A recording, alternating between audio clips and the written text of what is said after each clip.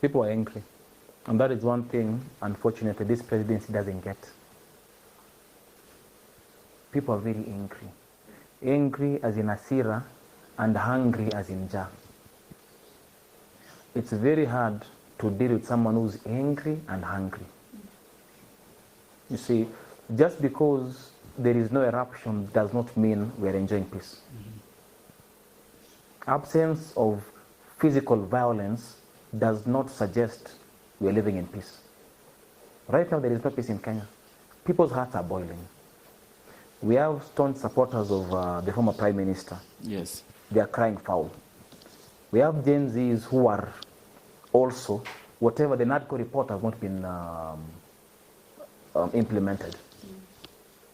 So they are saying this government has been taking us for a ride. Every time they make, every decision they make, they are injuring us. They are the 8 bills that President Ruto assented to the morning that he just receives Raila's death and immediately signs them. Can't even say, wait, let us do the burial first, and then I go through them. Yes. So Wakenya wamechemka roho, you see. Don't believe my words, but take these words. These ones believe.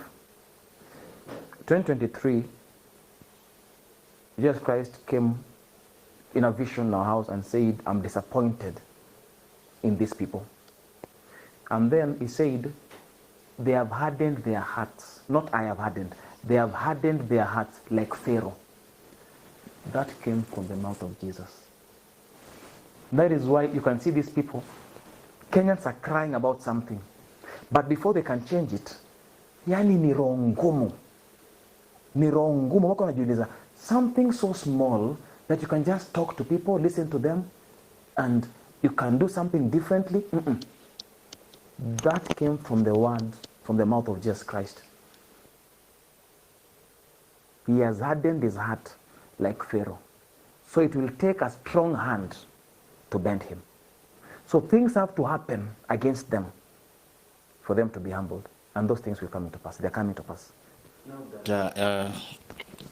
In East Africa, we have seen that Kenya is a little bit working with democracy, whereby at some point maybe individuals could rise up and try to give out their opinion, and at some point try also to give out to complain, in fact. The person who could at some point facilitate and foster this issue mostly is no more. Yes. According to the information you can share with Kenyans, do you really think they are going to enjoy their democracy anymore, or we are going to be at the position just like Uganda and Tanzania? Kenya will never be bound by any presidency anymore. It's too late. It's too late. And Honorable Raila danced his dance. He has exited the stage. We are the ones here. The Gen Zs didn't rise with Honorable Raila. So that alone is proof for anyone thinking democracy is now dead and buried in Kenya. They are kidding. In fact, democracy will be much more alive now because people already know the consequences of not standing up and fighting for the truth and their rights. Honorable Raila did a lot for the nation of Kenya and many nations in Africa, but we have others. We have me. We have the church. We have sober people everywhere. Not everyone is a sycophant. So Kenya has hope, and that hope will not be dashed. Is that okay? Is that now, okay? I'm good. Yes, and now are you trying to maybe try to tell people who fear that what is life or how will Kenya look like without Raila? So are you telling them that everything is going to be okay? Yes. Yes. Because Kenya was not held, with all respect, with Raila, but Jesus. The person who died for Kenya is Jesus. So the only person who can make Kenya cool and habitable is Jesus, is the gospel of Jesus Christ, the undiluted gospel of Jesus Christ. Kenya will never be in bondage. The dark eras of Nyayo, the Nyayo eras will never rise again in Kenya. This regime is trying to do that again. but it cannot prevail. Censorships and all those things, it can't work. It's too late. You know, it's like a child having come out of the back canal. They can't go back in. That is Kenya for you. Yeah. What maybe will you mind to share to Kenyans, if possible, to do or get prepared to avoid the same issue which you mentioned that will be worse as compared to 25th last year? You know, the problem is not Kenyans. The problem is the presidency, is the government. Because Kenyans are not just mad to go to the streets for no reason. So it's about the presidency choosing to listen to Kenyans. Kenyans are not unreasonable people, you see. So if the government, the presidency, decides to listen, not just to listen like PR, to listen with the heart, and also understand where Kenyans are coming from, all these things can be avoided. So the buck stops with the government, not the Kenyans, not the citizens. All right? Yeah.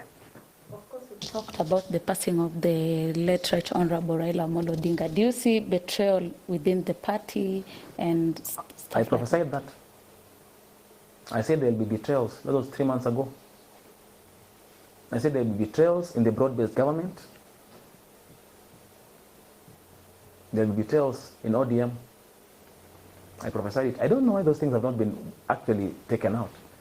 I said there will be betrayals within the broad-based, because mtu mmoja anapanga yake, mwingine anapanga yake, anapangia mwenzake, na watafika pamoja. I said that in one of our live stream teachings. Swali kubwa kwa sasa ni nani ataweza kumreplace Raila Odinga kama Luo Kingpin? What is your take? If you're talking about Luos, even if you're closing your eyes, go with Babu Owino. But they won't take it. I'm ready for your insults. Please bring them on. Bring your insults.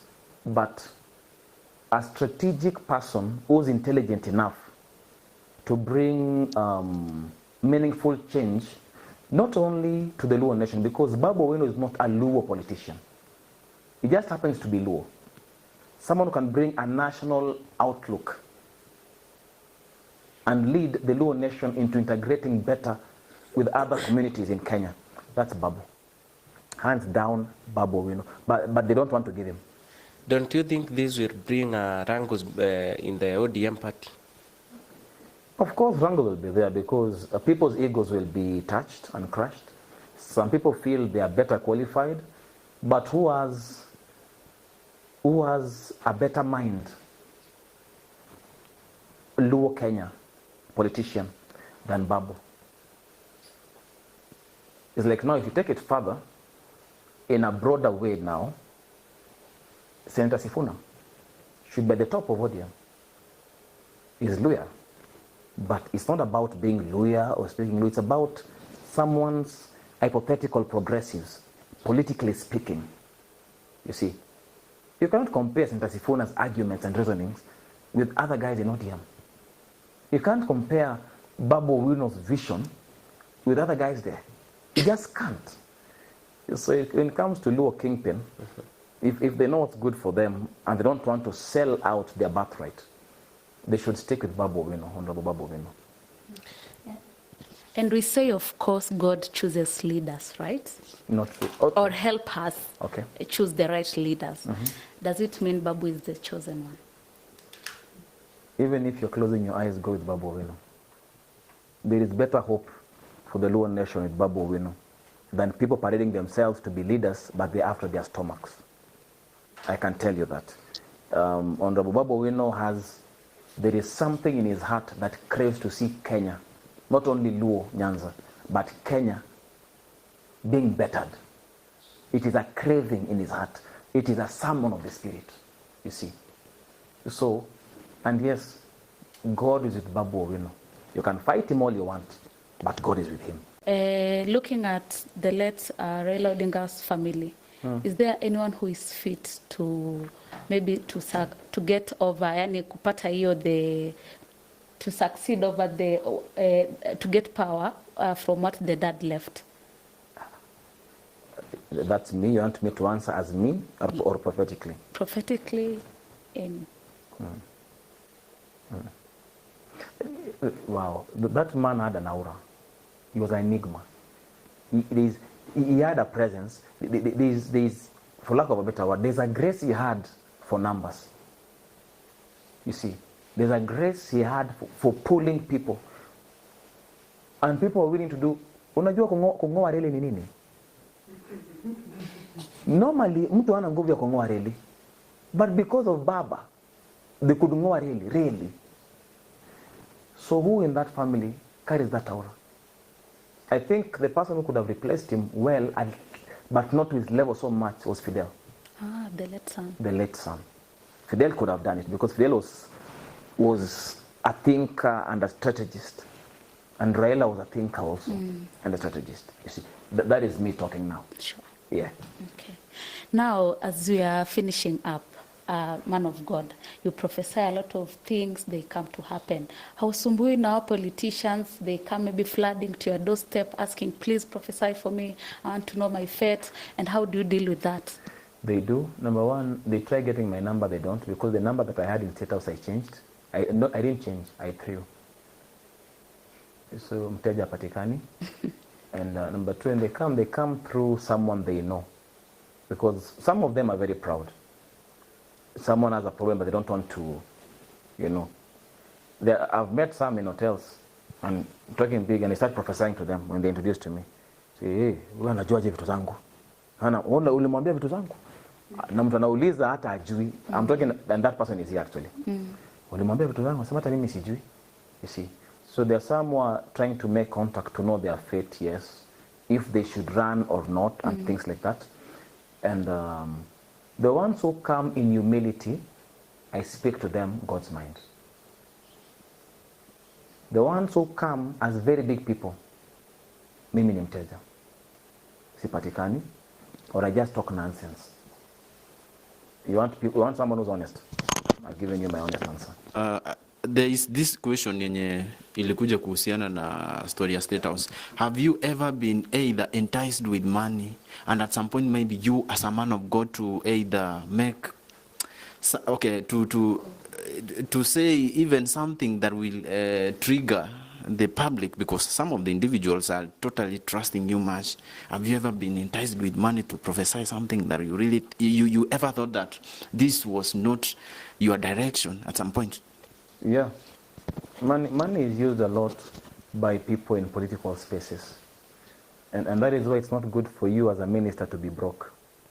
Money can direct how you prophesy, you see. But there are PSs I returned money to. PSs, they are there now. You know yourself. I returned money. They are sending M-Pesa, I send back. I only receive money after God tells me the heart of the person is right. But if you're trying to buy a prophecy, the gifts we have are not for sale. They are to glorify Christ. I once returned 236 million shillings. Not 2.36. 236 million shillings, Kenya, not Tanzania or Uganda. I returned the checks. There were two checks.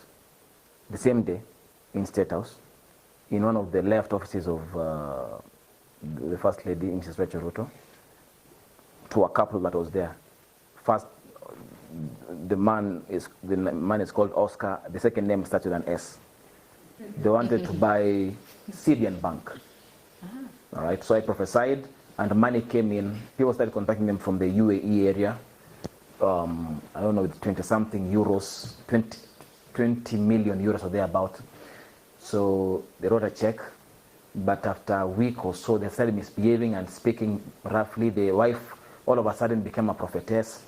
Hii pesa ni mingi, tunapatiana aje? Nikasema, I want this money to go back. I told First Lady, I want it to go back in your presence. Did you get any threat thereafter, maybe? I don't get threats. Okay, people can send, but I don't receive them. I am programmed not to receive bad news.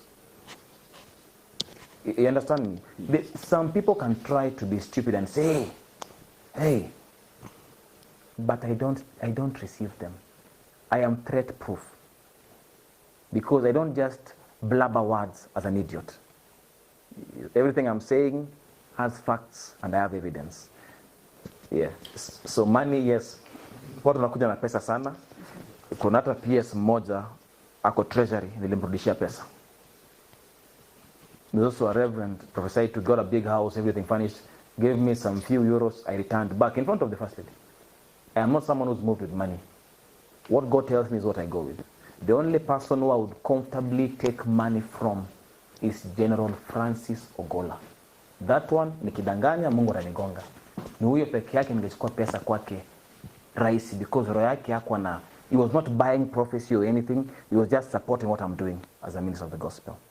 Finishing up, kindly talk to Kenyans in general, and I know many will be like asking now, we want to find the prophet himself, we talk to him, na amesema namba yake haiko pale nje, wanakupataje?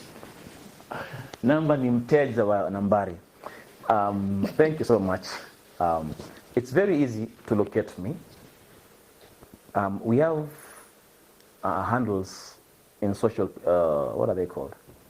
Social media platforms, YouTube, TikTok, Instagram, Facebook, Twitter, X, and ukienda kwa YouTube or our teachings utaona tuko na namba karibu 4 za ministry zinapatikana hapo. Sijui kama nizisome, hata nizisome ndio. If you want, you book an appointment, if it's prayer, if it's healing or anything like that. Na kama ni ugonjwa ya kimwili, I advocate, kama umeenda kwa hospitali, come with the medical documents. So that usikue kama wengine tunafanya sarakasi. Alright? Na utapokea uponyaji. Na kama unataka sana kukua na sisi pia, be ready to be advised according to scripture. So that you can receive your healing. Mnaweza kutupata kwa this number. Kama uko Kenya, 0790 102 310. That is the God Nation line 1. 0790 102 310. That is line 1. Line 2 is 0718 364 993. That is 0718 364 993. The third number is 0728 848 515. That is 0728 848 515. And for those who want to partner, there is a ministry line yenye kazi yake ni ya partnerships and tithes. That is 0112 504 633. That is 0112 504 633. If you're outside the country, remember to put the country code +254. I think that's about it. Tunawapenda sana, nawapenda sana wa Kenya. There is no place like Kenya. Msidanganywe. Hakuna nchi safi, watu safi. I usually joke, even women, God gave us variety. We're not like other nations. They don't all look the same in Kenya. So let's love our women, let's love our men, let's love our nation, let's fight for our rights without hurting other Kenyans. And let's love God and live for Him. Thank you so much. And thank you.